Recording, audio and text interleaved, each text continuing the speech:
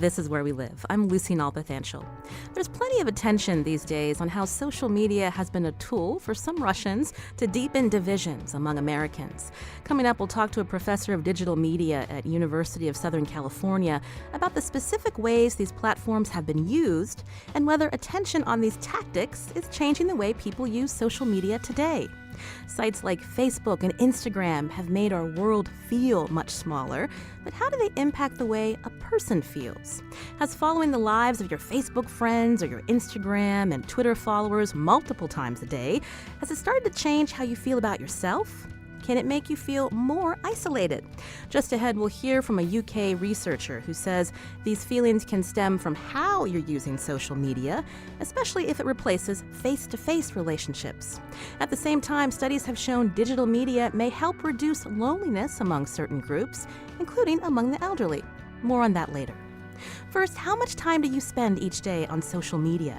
Have you taken steps to reduce the amount of time you're on Facebook or Twitter, Instagram, or YouTube? Maybe you avoid all of them. We want to hear from you. 860-275-7266. You can email Where We Live at WNPR.org. And of course, find us on Facebook and Twitter at Where We Live. Now, we wanted to learn more about the consequences of our digital appetites these days. My first guest has studied social media use among young adults, and he's joining us by phone. Dr. Brian Primack, director of the Center for Research on Media, Technology, and Health at the University of Pittsburgh. Dr. Primack, welcome to the show. Good morning, Lucy. Thank you so much for inviting me. So tell us about the study that you did last year, looking at this relationship between social media and what's called social isolation. How did you conduct this study, and who did you look at? Well, we surveyed a group of almost 2,000 young adults. They were ages 18 to 30. And we looked at how much social media they used and how socially isolated they felt. It's an important distinction because there are a couple of different ways of looking at social isolation. You can say how socially isolated someone actually is and socially isolated in terms of how they feel. And what we were very surprised to see is that there was basically a linear relationship between the two. For every increase in social media use, even by an extra 30 minutes or 60 minutes, there was a proportional increase in people's feeling of isolation. Now, you mentioned you looked at 18 through 30. Why this particular age group? It's a very good question, and it certainly would also be relevant among younger individuals and older individuals. But we looked at this age group because, first of all, there are very, very high rates of social media use in this population, and so we wanted to understand how those very, very high rates are affecting this group of people. And then secondly, it's also a time when a lot of mental health issues come about. People have a first break of depression. People develop anxiety and that type of thing. And so we thought that this was a particularly important group to start with. When you talked about perceived social isolation, so when you're looking at people and they're telling you how long or how many times they might log on to social media or how long they spend on these particular sites. So when you think about someone spending maybe too much time, how much time did that correlate with the sense of being isolated? Yeah, it's a very good question, and that's one of the big reasons that we did this study. We were sort of hoping to find a magic cutoff. We were hoping to say, well, 90 minutes is okay, but 120 minutes is not. However, like I mentioned, what was really interesting about this is we really didn't find those cutoffs. We found more of this straight linear relationship. Now, that doesn't necessarily mean that we suggest that people use absolutely no social media, because obviously social media is part and parcel. It's a very important thing in today's world, and it certainly can be used for positive. But it was notable that in this large epidemiologic study, whether we looked at social media exposure, like you mentioned, as frequency, how many times, or whether we looked at it as the total amount of time, either way, we saw this linear relationship with no specific cutoffs. When we talk about social media, what were the specific platforms that people mentioned that they were using, and does that matter? Yeah, it's a very good question. And what we did was, in order to make sure that the data were as reliable as possible, we only asked about the top 11 platforms that were the most popular at the time of this study. Why 11? Because those 11 platforms, they accounted for 97% of all social media use at the time of the survey, which is now a couple years ago. So these were platforms like Facebook, Twitter, Instagram, Snapchat, etc. We then combined all of that use into scores that dealt with frequency and dealt with total time. The reason why that's a better way to do it than just to say to somebody, how much time do you think you spend, is that's not necessarily as reliable. But when you ask people about specific platforms, they're able to measure it a little bit better. So when you were surveying, again, these 2,000 participants, two explanations could be as they were on social media for a greater period of time than someone that may just casually log on and off.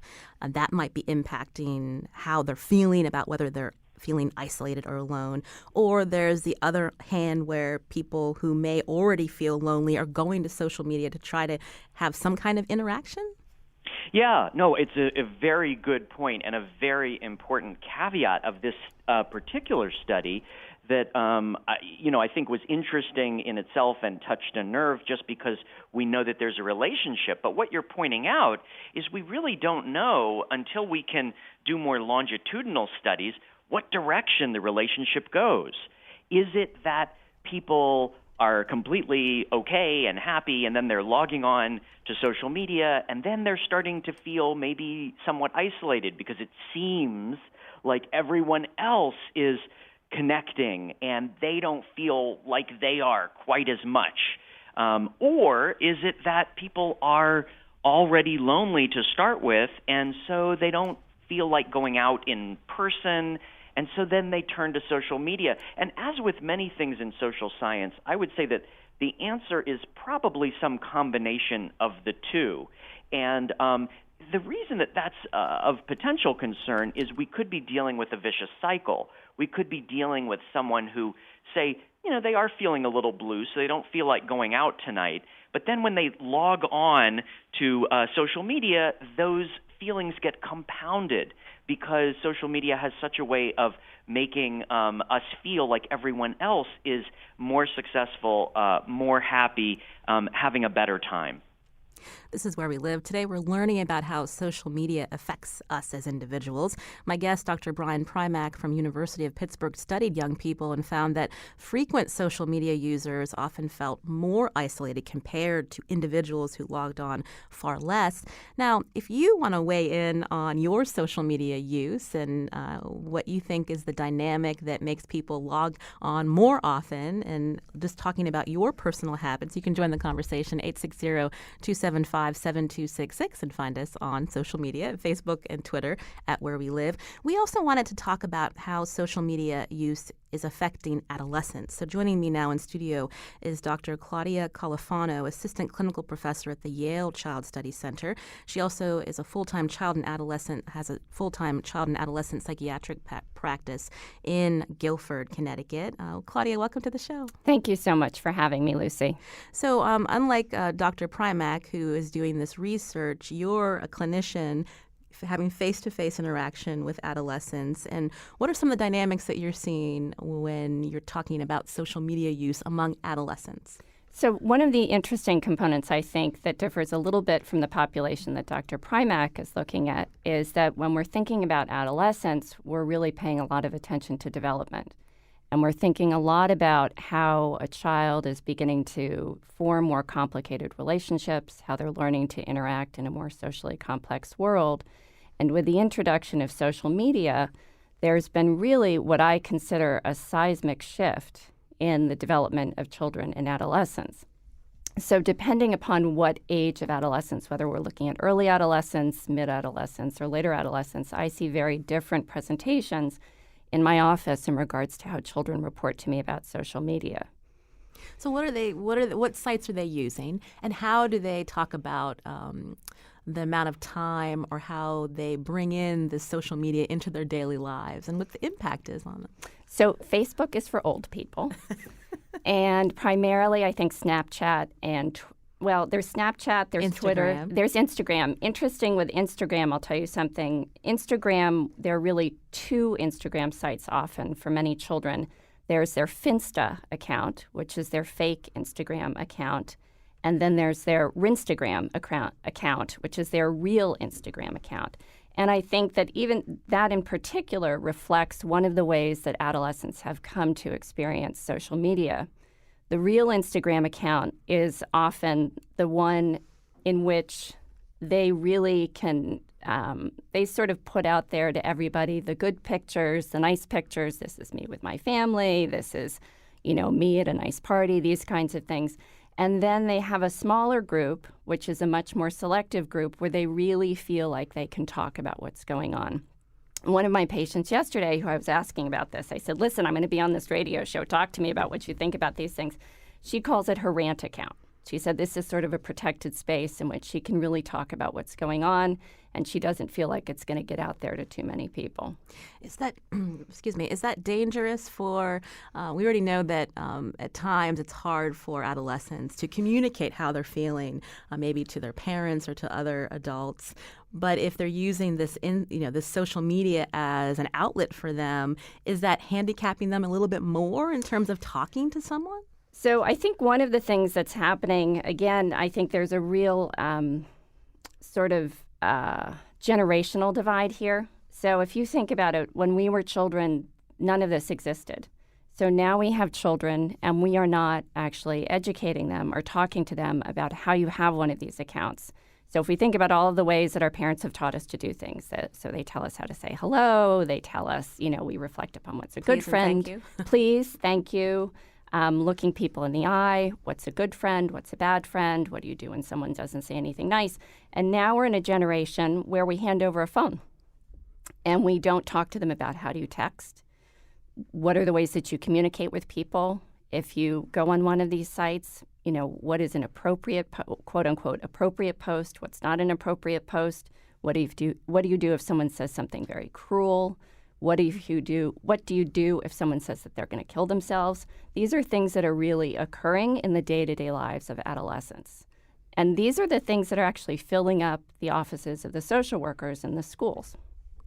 Well, we've heard the term screen addiction, and again, there have been studies done on the release of dopamine when you're looking to see if someone's liked your post, or the constant checking to see if there's some kind of approval. It impacts our feeling of gratification. I mean, how dangerous is that?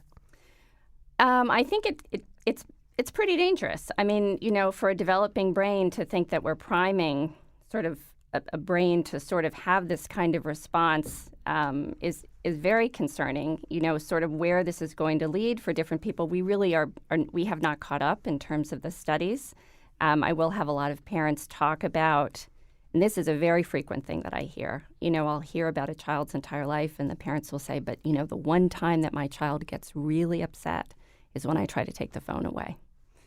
So, and I educate the children on this dopamine release. I educate the parents on this dopamine release. For parents who are listening right now, what are some recommendations for how they should be talking to their kids about using their cell phones, their tablets? So I think one, first sort of having being educated about the ways that we do interact with these tablets and these screens and the way that they do affect our brains. But one of the things that I'm really trying to encourage parents to do is really sort of take a mentoring model when it comes to giving your child a phone and really getting on the phone with them and saying, as I said before, really talking about how do we text, how do we present ourselves on social media, and opening up that dialogue. And for older adolescents, parents have said to me, well, what do? I already handed it over. They're already on all of these sites. I said, you know what? You say, listen, I need to take a step back. I didn't know about these things before. I really want to know more about what's going on. So let's sit down and talk about these things. Aren't there apps or ways that parents can check in on what their children are writing on social media? That can be tricky, right? For every app, there's probably an app that has been developed for someone to get around it. But a lot of parents that I know, when their children first open these accounts, they say, listen, I'm going to be on the account with you. And so they follow their children along in the account until their children figure out how to not be followed. I want to turn back to our other guest, Dr. Brian Primack from the University of Pittsburgh, director of the Center for Research on Media Technology and Health. We heard Dr. Califano say that there's a lot that still needs to be studied. So what will you be working on next in terms of learning more about causation and why it is that when people are on social media, it can impact, again, this feeling of perceived isolation? What are further studies that need to be happening? Oh, it's a great question. And, as we talked about before, and as you mentioned just now with regard to causation, we do need to look at longitudinal data and see if we can tease out a little bit about the chicken and the egg, what comes first. However, I think that, some other things that Claudia is bringing up that are very important is that, social media is not one specific thing.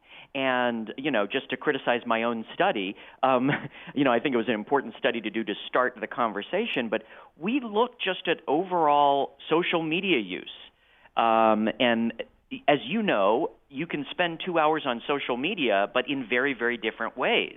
One person might spend 2 hours liking pictures of cute puppies and babies, and that's it. And another person might spend those same 2 hours, arguing violently about very hot-button topics.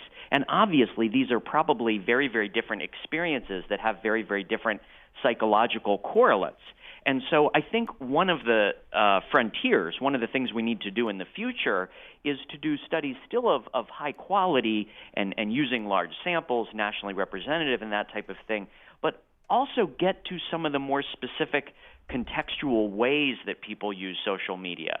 And as an example, is it more of they're, engaging with more positive, quote unquote, messages, or are they engaging with more negative messages? And sure enough, in our pilot studies at least, we have found that when people are exposed to many, many positive messages, that does seem to actually be reducing their risk of depression.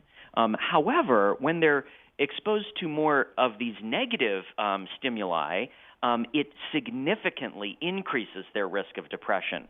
So one of the reasons that we might have been seeing this overall negative effect is that when we go on to social media, we're going to get a little bit of both. And if somehow we could get pure positive experience, it might actually be more beneficial to us in terms of mental health. But because we can't and we get some of both, the negative can end up outweighing the positive. We'll be talking more about some of the benefits to social media coming up in the show. But Claudia, do you wanted to add something before we had to break? Yeah, I think that one of the differences that I see in adolescents, unfortunately, is that I think that there often can be less positive. And I'm going to read a quote, actually, from someone that I got yesterday when I asked her about this. This is actually a very healthy, well-adjusted girl who's doing very well in school. And I asked her, and she said, the most unkind and cruel things are said on social media. That's why I really don't go on it. And this girl has a Snapchat account and 2 Instagram accounts. She said, if I scroll through and I see all of this that's not totally real stuff, then I just simply feel badly about myself. And why would I want to do that? She said, that's why I just like my rant account. And another girl said to me, although it's been proven to bring people together, it also destroys relationships, and it sets unreasonable standards for teens, and it harms our self-esteem, especially because people don't need the confidence they usually need when they talk to each other face to face. Well, we want to thank you for bringing that to our attention. It's something that we hear often from young people, and it's not as easy as just not logging in, right? Mm-hmm. Because then maybe they're missing out on something, or there's that peer pressure that, well, why aren't you on Instagram with your Finsta? And what's the other one? Rinsta. Rinsta. Can you tell I don't use Instagram? We want to thank you, Dr. Claudia Califano, Thank you. Assistant Clinical Professor at the Yale Child Studies Center. She also has a full-time child and adolescent psychiatry practice in Guilford. We thank you for your time today. Thank you very much for having me. Now, Dr. Primack is going to stay with us because, again, we're talking about social media. We want to know more about the way the platforms are used to share opinions, but also how specific sites can affect our emotional health, our interpersonal relationships. Coming up, we're going to hear about the negative effects of spending too much on social media, but also the upsides. We'll talk to a researcher in the UK, and we'll take your calls, too. How do you use social media? Do you love it or hate it? Join the conversation. 860-275-7266, and find us on Facebook and Twitter at Where We Live.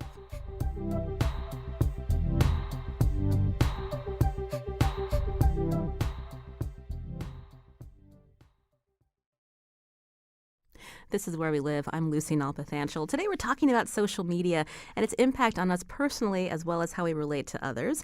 We, of course, want to hear from you. Pick up the phone. Don't just tweet at us. The number 860-275-7266. On the phone with me is Dr. Brian Primack, Director for Research on Media, Technology, and Health at the University of Pittsburgh. We just heard about his study of young adults and how their social media use can impact their own perceptions of feeling isolated.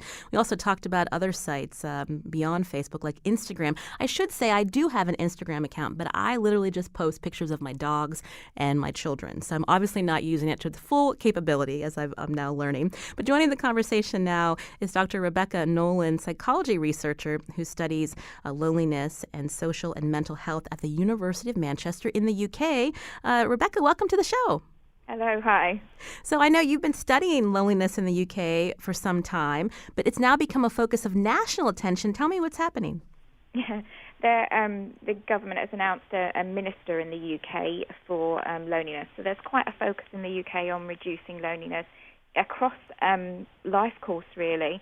For quite a long time, the focus has been on elderly populations, but we're beginning to realise in the UK that we have high levels of loneliness in other age groups as well. So there's a focus nationally on reducing loneliness in the UK.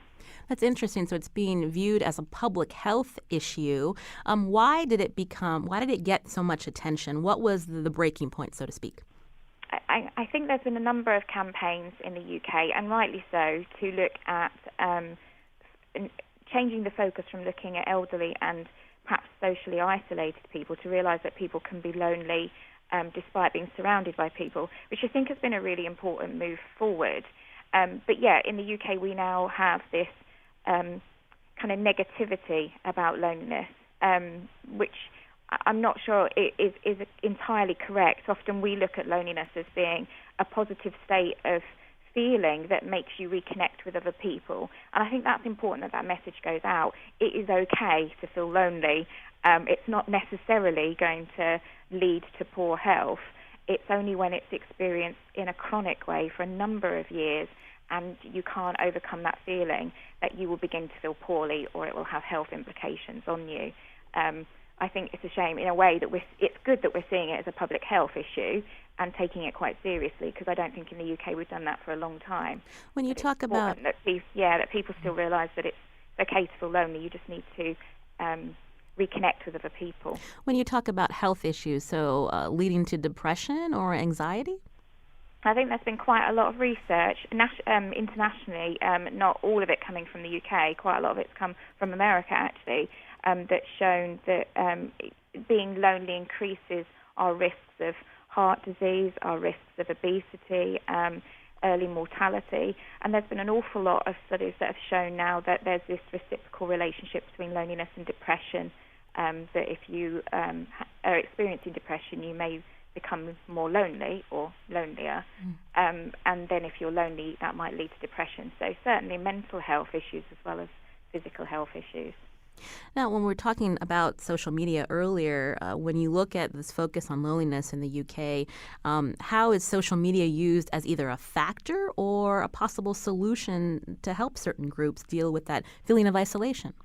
Yeah, that in itself is quite an interesting question, because there often is quite a lot of media, in fact, that's very negative about social media. But there are certain populations that are using social media and other mechanisms online to reduce loneliness. So, for example, iPads have been given to elderly populations, and that has resulted in decreases in their loneliness, largely because they're using Skype or they're using social media to connect with family and friends.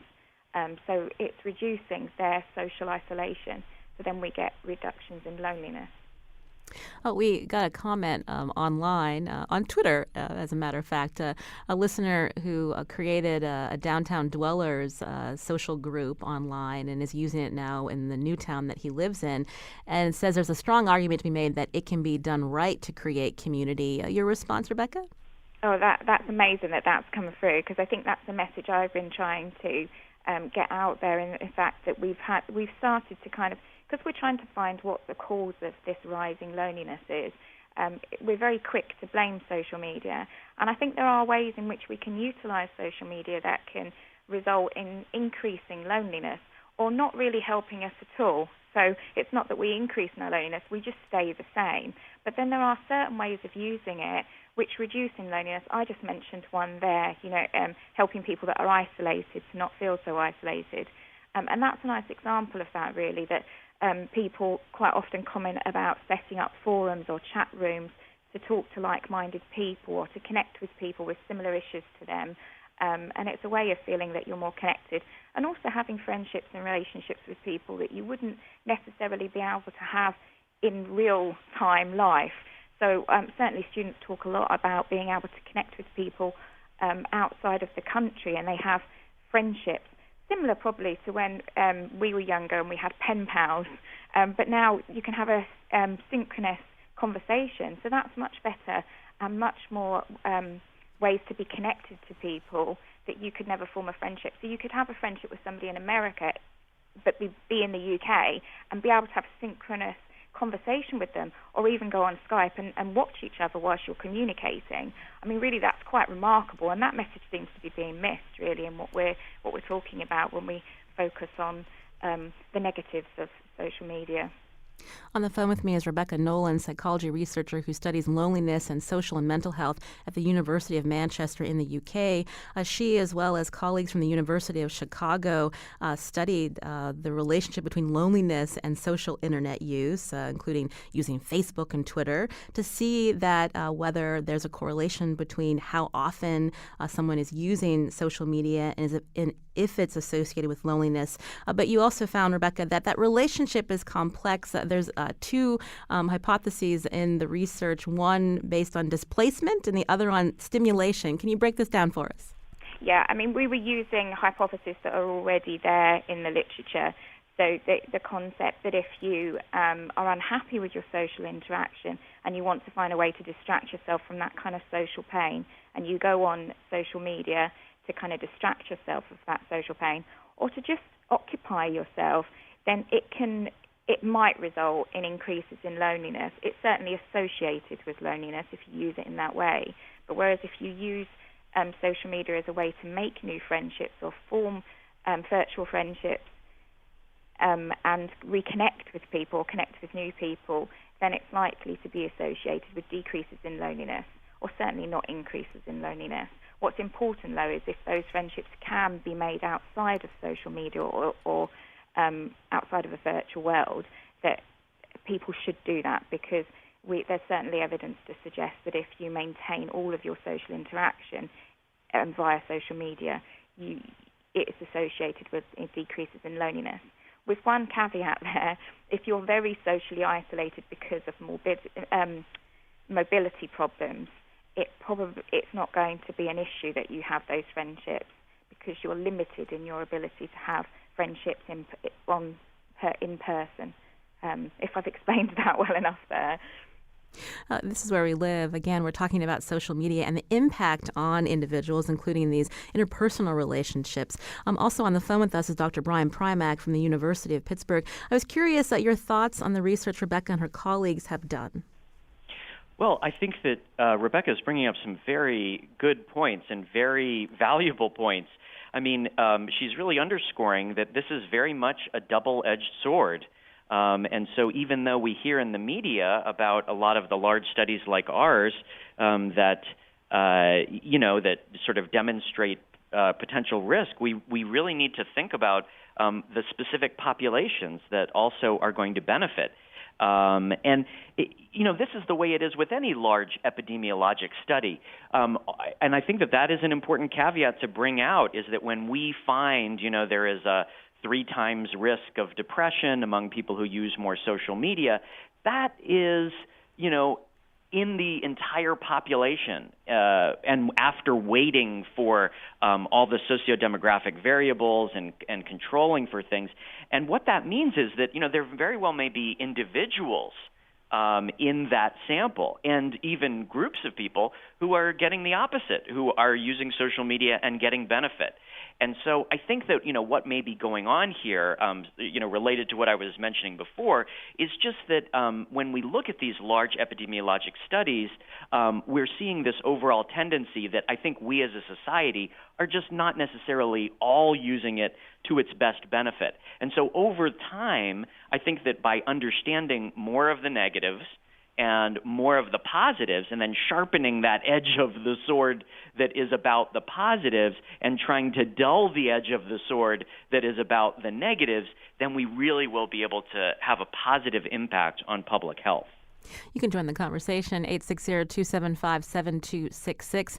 Jennifer is calling from Shelton. Jennifer, go ahead. Hi, I have a 5th grader, and my husband and I are really struggling on how to address social media with her. We've kept her off of it, but every day she goes to school and she hears her friends talking about the conversations they had the night before on Snapchat and the things that they're doing online. And I think she's far too young to be on social media. She doesn't really know how to handle it. There's things coming at her that she can't really process, I think, that way. But yet all her friends are on it. So I feel like I'm fighting against other parents' decisions to let their kids on social media. I'm curious because you're weighing the benefits and the negatives to allowing your daughter to continue using it despite what you had mentioned. Has it impacted how you or your husband use Facebook or Twitter or any other social media? Well, actually, that's an interesting comment, because there was one time that I had taken a picture of my daughter, and she found it to be kind of an embarrassing picture, and we just thought it was funny, but she was horrified at the thought that I would put it on Facebook. And I had never even thought of that as something that stressed her out or something that she thought about the way that I used my Facebook, because I put a lot of pictures of my family up there and we talk about what we do. And it really saddened me that was something that she thought about. She was concerned about how I was portraying her on Facebook. So yeah, I do curb my use based on how she perceives it too. That's interesting. Thank you for your call, Jennifer. I'm going to ask Rebecca to weigh in a little bit on what you were saying. I understand, Rebecca, you've also done some studies with young people and how they're using social media. Yeah, we've looked at 14-year-olds, and the reason that we looked at 14-year-olds is because schools that we were doing research with were telling us that 14 is where they start to have really quite serious issues with bullying on Facebook and issues about children having concerns about things that have been said about them or things that have been put on Facebook. So this seems to be a very critical age. And some of the things that the schools were telling us that children were experiencing was actually quite alarming. So I kind of share your concerns. It was Jennifer, wasn't it? Yes. I think it's really difficult as a parent, and I think it's the same thing. I remember when my children were younger and we were trying to discuss whether they should watch certain programs on television or films, and then worrying that they were slightly outside of the social group because they didn't understand what was happening. But I think you're doing the right thing there by limiting. I think it's already come up in the discussion that what we need to look at, because a lot of the research has been conducted in 18 to 30-year-olds and older populations. There's not so much research that's looked at the younger populations and the impact. And what we need to be aware of with that age group and younger is that they're developing their own social identities, and things that get said about them can be very harmful and can have a very negative impact on their own feelings about themselves. And I think that parents need to judge how developed their child is and how confident they are to cope with that sort of negativity.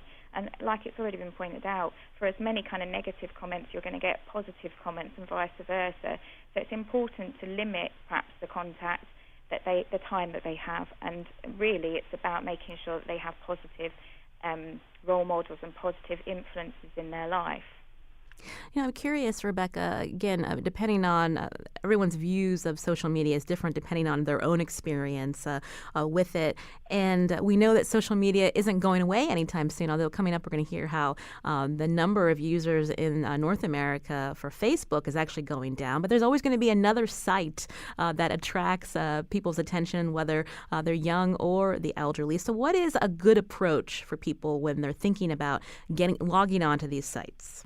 I think that we really need to teach, particularly our children and adolescents, how to use these mechanisms.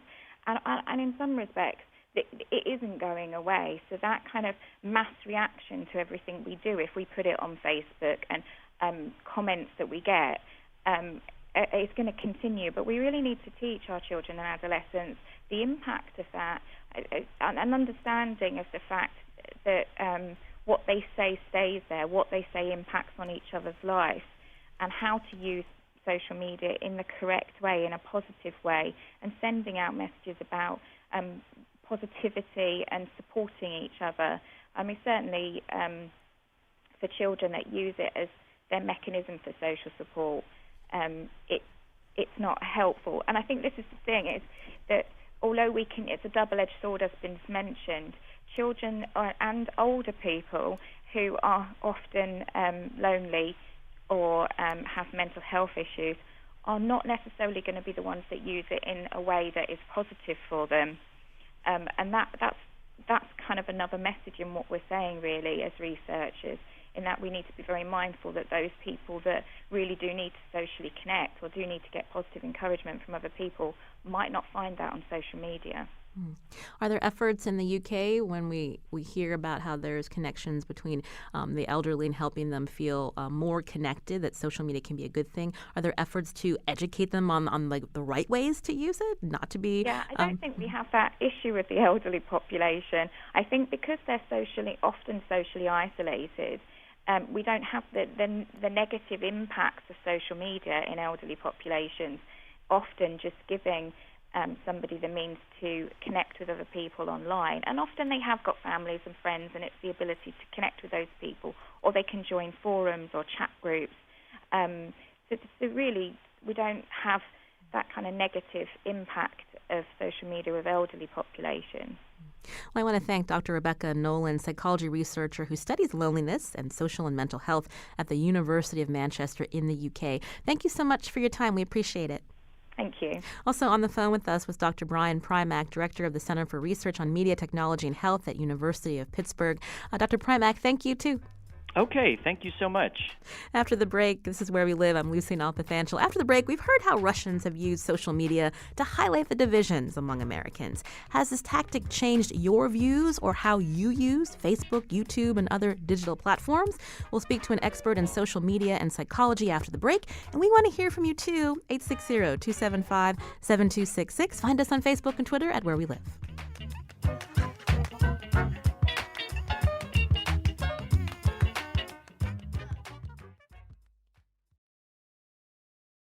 This is Where We Live. I'm Lucy Nalpathanchel. We've been talking about the effects of social media on individuals, but social media has been used as a tool to try to affect the way groups interact with each other.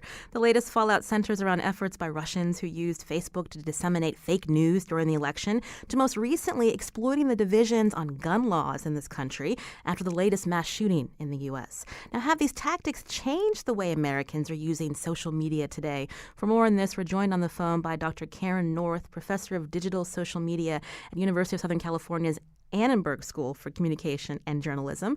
Karen, welcome to the show. Thank you for having me. So we've heard over the last couple of years about the way social media has been used to influence the way people may vote or just their views or deepening divisions on very controversial topics. Can you maybe update us on some of the tactics that are still being used today? Well, I mean, that's a huge question, but the most interesting piece of this is that the way that social media platforms have developed over the years is that they collect data about us in order to create good experiences for us, to curate the experience so that each one of us feels that our experience on that platform feels just right, like we're at the right place.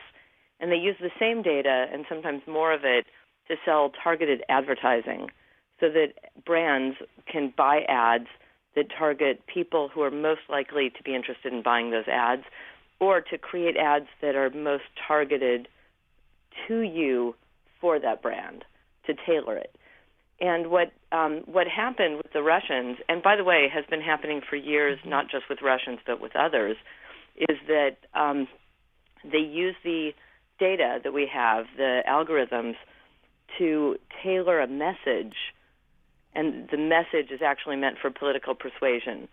So the reason that this gets very mucky in the discussion is that we in the audience, we like to talk about the fake news, but what it really is targeted advertising, which is mostly legal and can be incredibly persuasive because it's not just listening to NPR and hearing a story and then discussing it. It's that each one of us may receive a different story, a story tailored to be most engaging to each one of us, and then to persuade us in a very strategic, tactical way. So they're looking at the data, what we have liked on social media, who are in our circle of friends, to then cater certain ads or posts that show up in our feeds? Yes.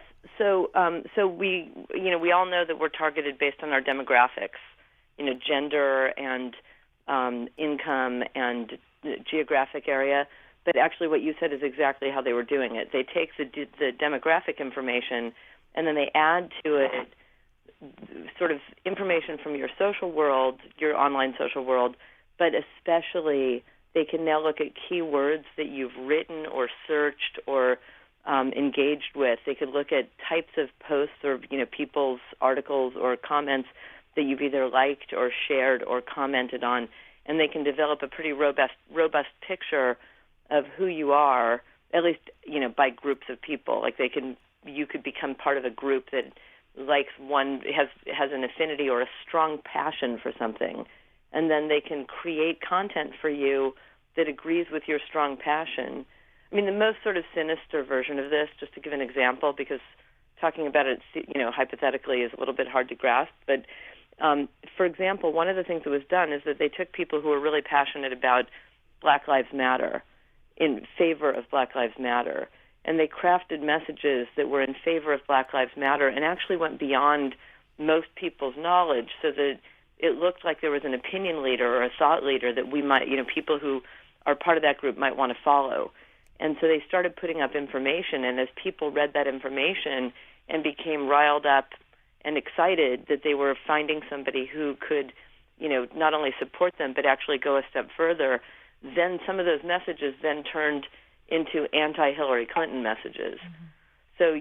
So the sinister part of that is that you get a message that's tailored to your passion and then tries to push you toward a belief that is antithetical to ordinarily what that group would be. We mentioned fallout after the elections. What kind of pressure, remind us the kind of pressure that was put on Facebook, which is a private company, on how they may change the way they do targeted advertising? And does that, whatever changes they've come up with, is that enough? So, I mean, let me just start by saying I'm not a lawyer, so my opinion about what's legal and not is just my own opinion.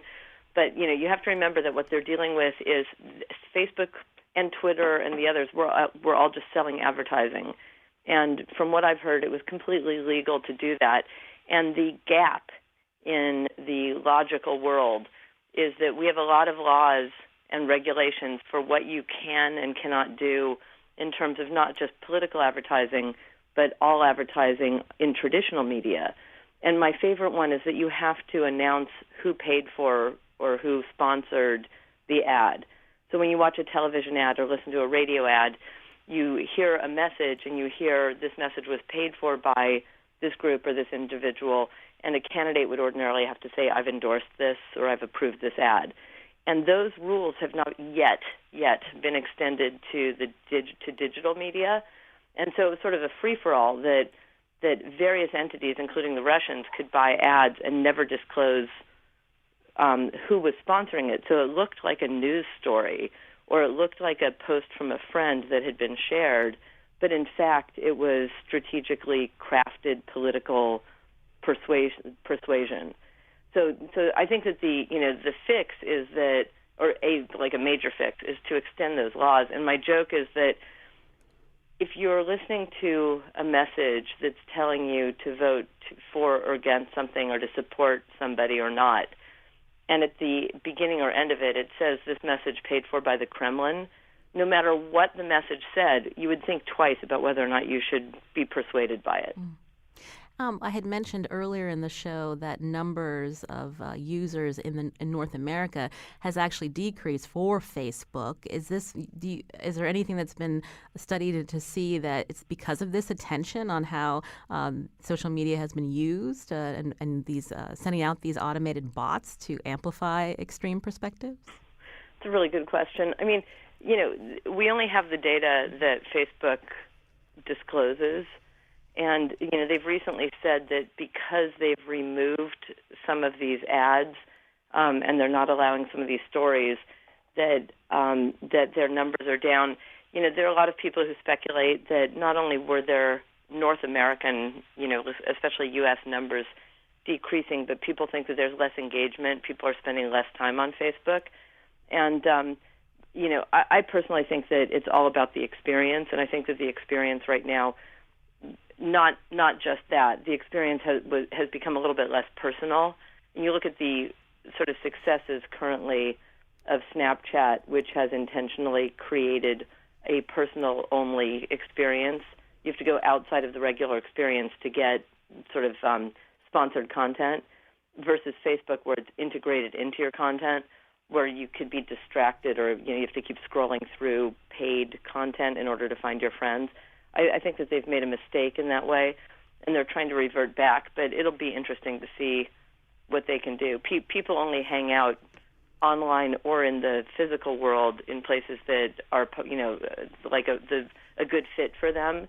And Facebook has become, people are saying a little bit less of a good fit, partially because of this, but it predated this.